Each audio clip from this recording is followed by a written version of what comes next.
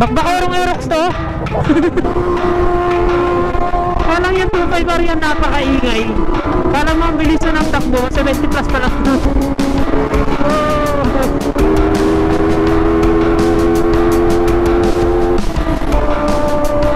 Ingay mo! Huwag nating ipilit. Masikip. Sarap pumiga!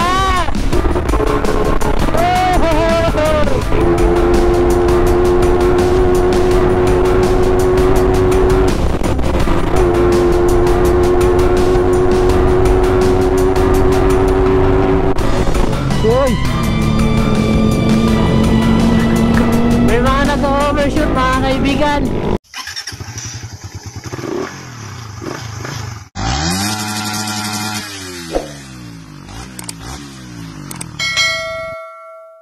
Basta mga paps. So ito, biyahe kaming Tagaytay ngayon. So ito, gear up na kami guys. Ito, ZX25R.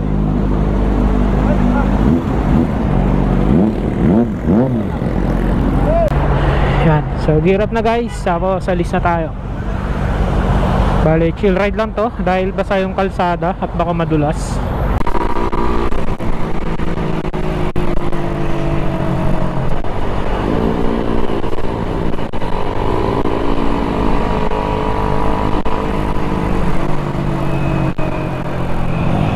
Dahan-dahan lang tayo mga paps dahil walang makabit na gulong sa madulas na kalsada. Ito rin kasi nakakatakot na kalsada eh, yung parang ano lang, parang binasa lang yung daan. Mas maganda pa yung basang basa compared na ganito na parang binasa lang yung kalsada. Awit ang kalsada. Puti pa to, mataas oh. Ba, basic lang sa kanya ang lubak tsaka baka. Takas na itong Honda Click oh. Naka ano lang to, nakapanggilid tsaka naka-remap. May angkas pa pero lakas pa rin umarangkada. Huli!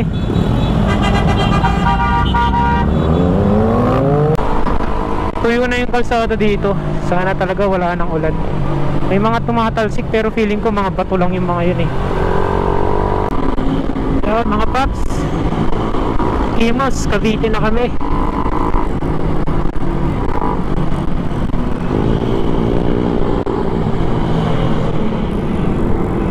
Masakit sa mata yung mga tumatalsik kaso basa naman yung lens ko. Kaya pag binaba ako wala rin akong makita. Angas ng traffic light nila dito. Tapos baka pag red yan na magkukulay red din yung ano, poste. Angas.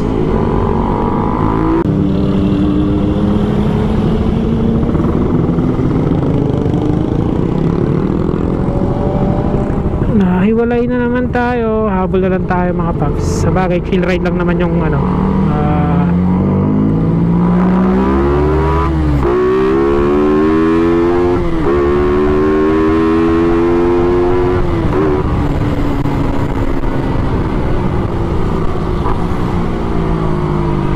ayun mga paps, nadagdagan kami ng isa. Kumabol yung isang naka Aerox. So bali 6 na motor na kami ngayon. Maganda dito no, dire-diretso yung kalsada. Ang kaso nga lang daming intersection, nakakatakot din ano, bumakbak. Ay, Dasmariñas na kami. Time check 9:52. Nakakatakot yung mga lubak dito mga paps. Lalalim.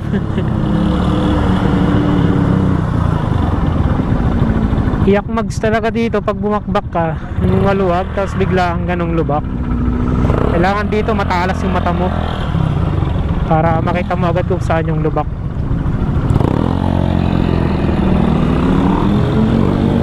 Buti na lang group ride to, kaya nakakapagsinyasan kami kung saan yung mga lubak. At yun yung kagandahan sa group ride. Yan o, mga ganyan o. ginagawa mga kalsada dito sa ano, Dasmariñas. Buti na lang night ride to, kaya hindi siya ganong traffic. Malamang nito pag ano, pag umaga sobrang traffic dito dahil one way lang yung nadadaanan eh.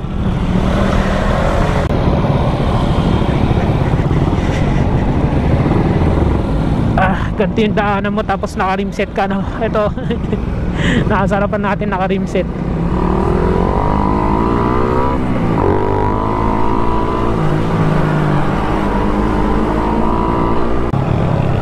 Uy, bakit? Ay, nako. Ito talaga yung mga nakakatakot, oh. No? Bigla ang ganyan.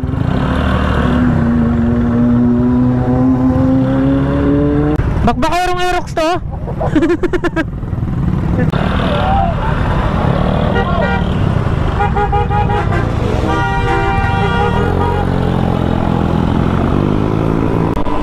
Hayop na yan. Nabawasan na ako ng isang bar. Alam niya kasing Aerox to, bakbakero. Napapapiga tuloy tayo ng throttle. May nag-aaway pa kanina.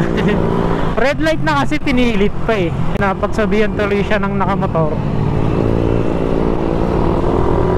Papalag pa eh.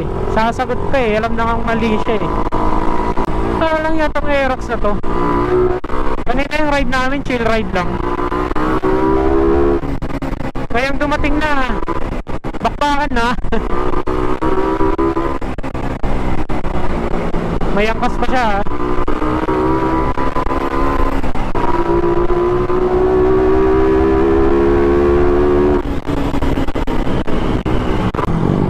Mapapagasada tayo ng wala sa oras ha.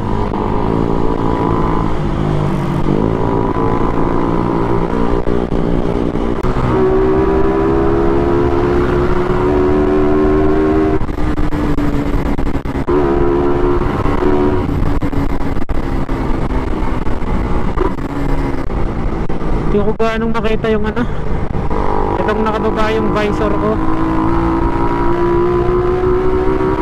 Lumabo kasi siya nung naulanan kanina. Kaya pag itataas mo naman yung visor mo, sakit sa mata kasi may mga buhangin na lumilipad. Ito yung hassle din sa pagra-ride ng gabi eh. So time check 10:09. At wala pa kami sa Tagaytay.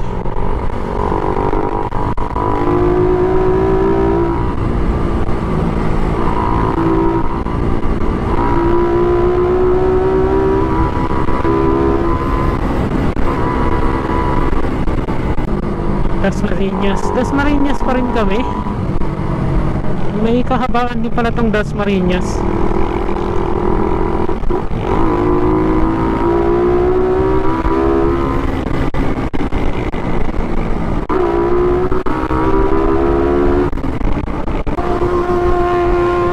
Kala yung 2.5 yan napakaingay.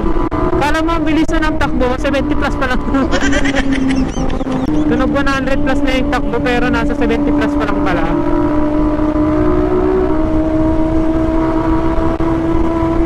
Diyan mo malalaman kung 2.5R yung motor. Yung kala mo bilis-bilis na yung tunog, kala mo nasa 100 plus na pero nasa 70 plus pa rin pala.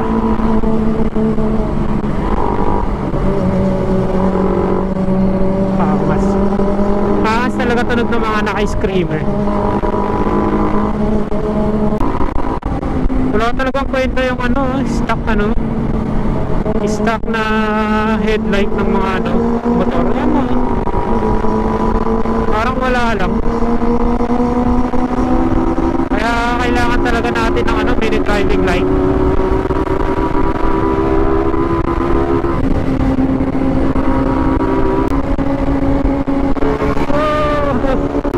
Ganyan talaga mga underboat pag nakakita ng sports bike. Pustahan, Raider yun. Tignan natin. Pustahan, yung bumakbak na yan, Raider yun. Diyan sa kabila dumaan. Tignan natin, Raider yun. Matic yan, ayun o, Raider nga. Matic yan, pag may sports bike may hahabol na Raider.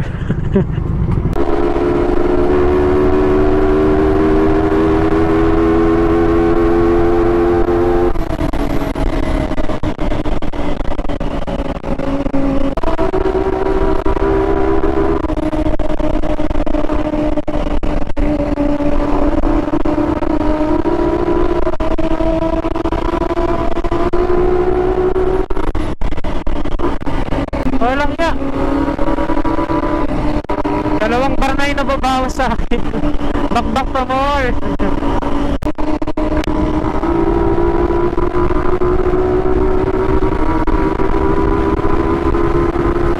Lamig na ng hangin dito mga paps.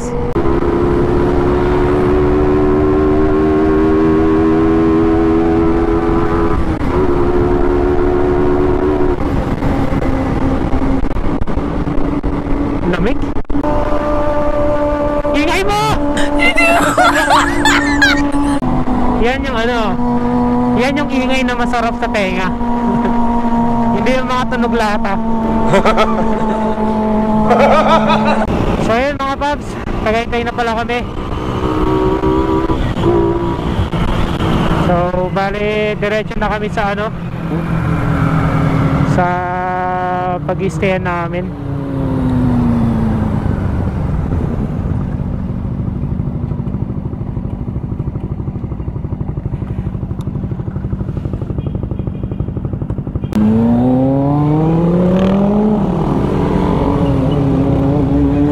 So baba na kami guys, papunta na kami sa may ano, pag-i-stayan namin sa may Batangas. Hindi ko nga lang kasi alam kung anong eksaktong Batangas yun. Actually Ilongkat to eh. Mas malapit lang sana kung daan namin Cabiang Tunnel, kasi mismong baba lang daw yun ng Cabiang Tunnel. So dumaan lang talaga kami dito kasi nga yun, hindi daw sanay yung isa, yung naka ZX25R na dumaan ng Ternate. Baka daw mag-overshoot siya eh, diretso pa sa mga bangin. Kaya naglongkat kami dito sa may ano, Tagaytay. Okay lang din naman kasi bihira lang talaga makapunta ng Tagaytay. Bali parang pangalawa ko nga lang ata ito eh. Ba yan? Wala man lang signal light. Mukhang gagawa ng ano dito, Skyway. Skyway kaya to.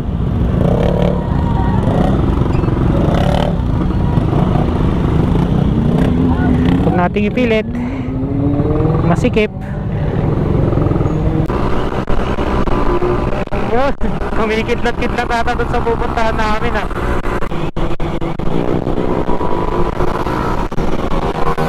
Uy, malakas. Sana all malakas. Ang lamig na rin ang hangin dito. Sarap din talaga mag-ride dito sa Tagaytay kasi malamig din yung hangin. Yun oh, kumikidlat-kidlat sa pupuntahan natin. Iba talaga pag biglaan yung ride, no? Natutuloy talaga. Itong ride na to biglaan lang talaga. Buti maraming sumama. Nag-usap-usap lang talaga kami kanina, tapos biglang nagkayayaan na ride. Naghanap din talaga agad ng ano, ng resort. Siyempre wala nang atrasan dahil nakapag-down na sa resort eh. Uy, nangyari mga sir? Ba't nagsintuhan kayo dyan?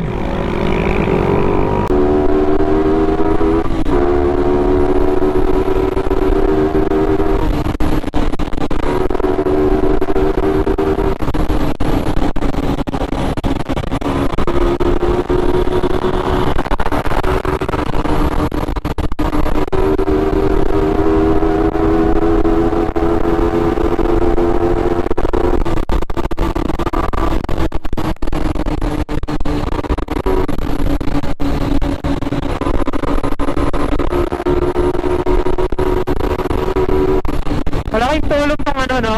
Sa tuwing gabi, sa tuwing nag-ride tayo ng gabi, malaking tulong yung mga ilaw dito sa kalsada, lalo na kung ganitong twisties, no? Lalo na sa ganitong mga madidilim na lugar. Kaso bakit nawala? Kung hindi natin kabisado yung lugar, ugaliin natin ano, sundin yung mga ganyang early warning, oh. Reduce speed. Diba?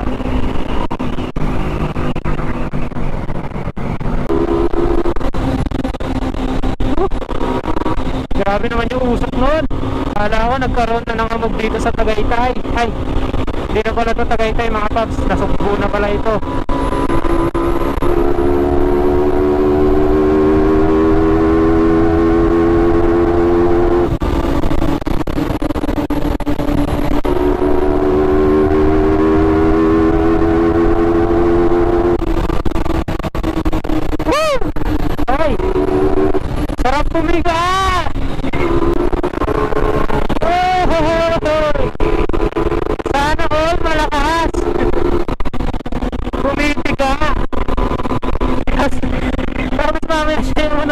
gas mga piga ng piga, tapos mamaya siya yung unang maghahanap ng gas. Naka ano kasi siya, Ford Carb CDI, tapos Icon.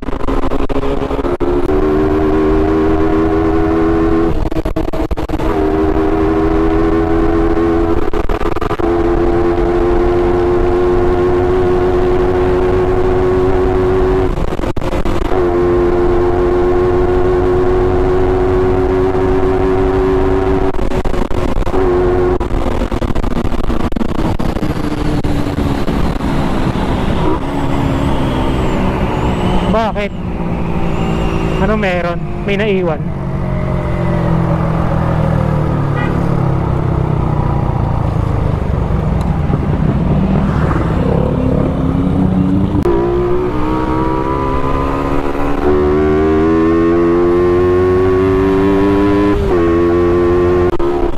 Piga lang na piga.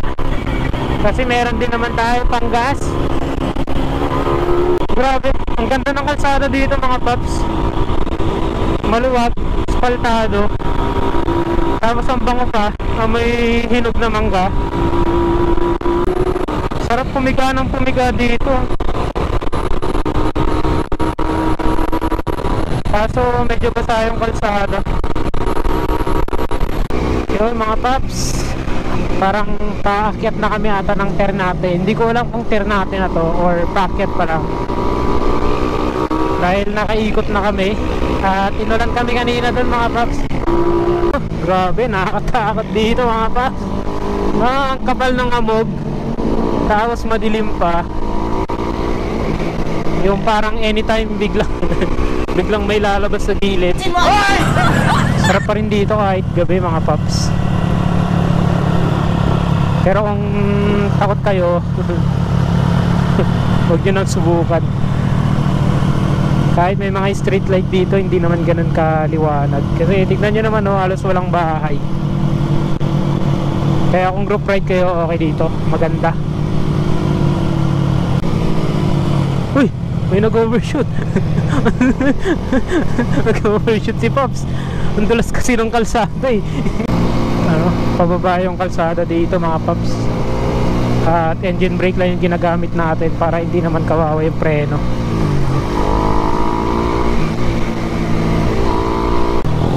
Ganda siguro dito pag umaga. Grabe oh. Ganda ng kalsada.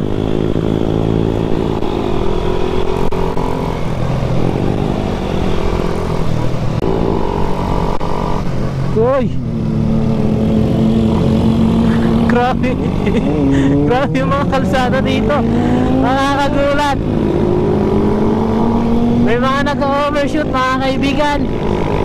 Yung solo ride ka tapos sa gantong lugar ka nasiraan, no? Kahit siguro magsisisigaw-sigaw ka dito, walang gaanong dumadaan, tapos bigla ka nasiraan sa ganitong lugar.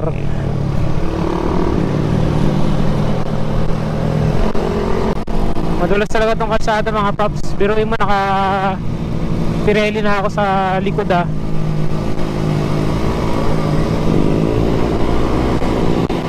Naka-Pirelli na ako sa likod pero ramdam ko pa rin yung dulas ng kalsada. Kalayo na Sugbo, Batangas.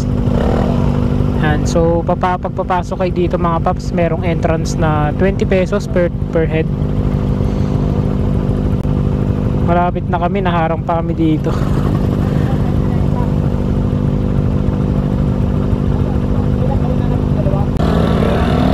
Tara. Sige. Malapit na kami mga paps, naharang pa.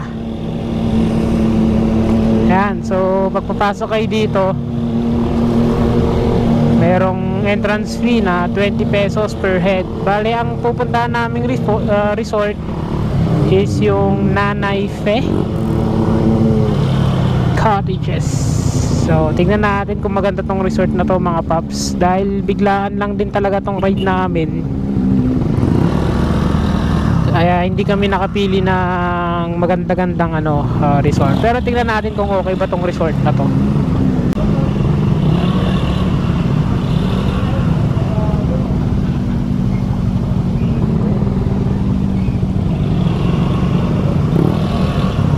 Wait mga paps, sana hindi malalim.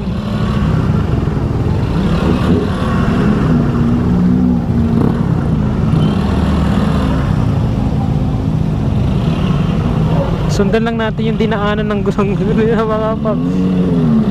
Dahil baka mamaya biglang may kanal dito. Hey! Malapit na kami. Makakakain na rin kami. Gutom na kami. Ang haba ng biyahe namin Umalis ako ng bahay kanina alas 7. Alas 12 na. Bali nag-umpisa yung usapan namin kanina mga alas 2. Nakarating kami dito ng alas 12. Sheesh! Madulas to. Madulas yun. Malambot na malambot na buhangin. Shit ka.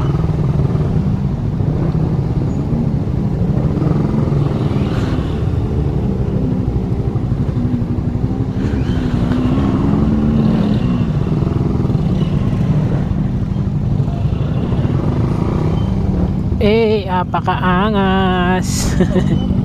Naliligaw ata kami. Okay, dito na kami mga paps.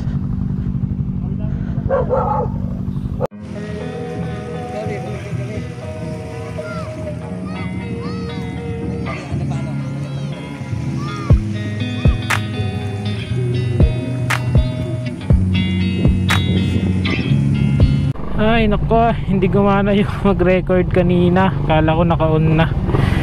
So ito mga paps, pauwi na kami. Ito nga pala yung tsura ng beach. Sayang di nakuhanan kanina yung GoPro. Okay naman siya mga paps, dahil merong may mga gubat siya mga paps. Kaya parang presko siya sa mata dahil sa mga gubat. Hindi nga lang ako gaanong nagbabad sa tubig dahil ewan ko, parang nakaramdam ako ng pangangati sa katawan. Kaya advisable na once na maligo magbabad sa dagat dito, diretso banlaw agad.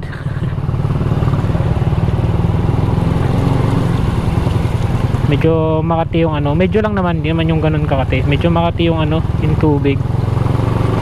Mga paps, pauwi na kami. At maraming salamat kung umabot man kayo sa part ng video na to. So bali ang main focus lang naman ng ride na to sa may Tagaytay dahil first time kong mag night ride sa may Tagaytay. Ayun, maraming salamat ulit kung umabot kayo sa part ng video na to. Sana huwag niyong kalimutang mag-like, mag-comment at mag-subscribe dito sa aking YouTube channel. Hanggang sa muli. Peace out. I know you told your